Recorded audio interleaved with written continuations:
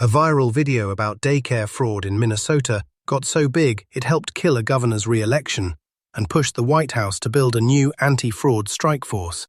In late 2025, commentator Nick Shirley posted a video accusing Minnesota daycare centers of being fake fronts, stealing hundreds of millions in welfare cash. The clip exploded.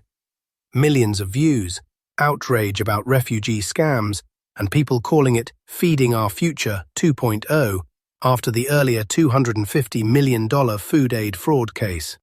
By January 2026, Minnesota's own investigators said many centers named in the video were operating normally and not shut down, even as they still probed for fraud in some programs.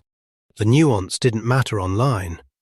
Outrage snowballed, national pundits grabbed the story, and the scandal morphed into a symbol of broken welfare oversight.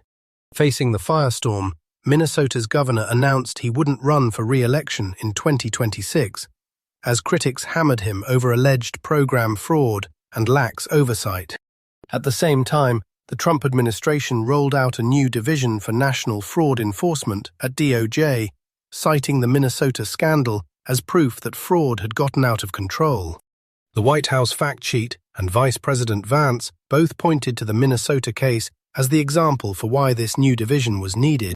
Now, federal prosecutors are digging into real fraud in Minnesota programs while also dealing with misinformation and exaggeration that came with the viral clip. One former U.S. attorney said this shows how a single viral video can steer national enforcement priorities even before the facts are fully sorted.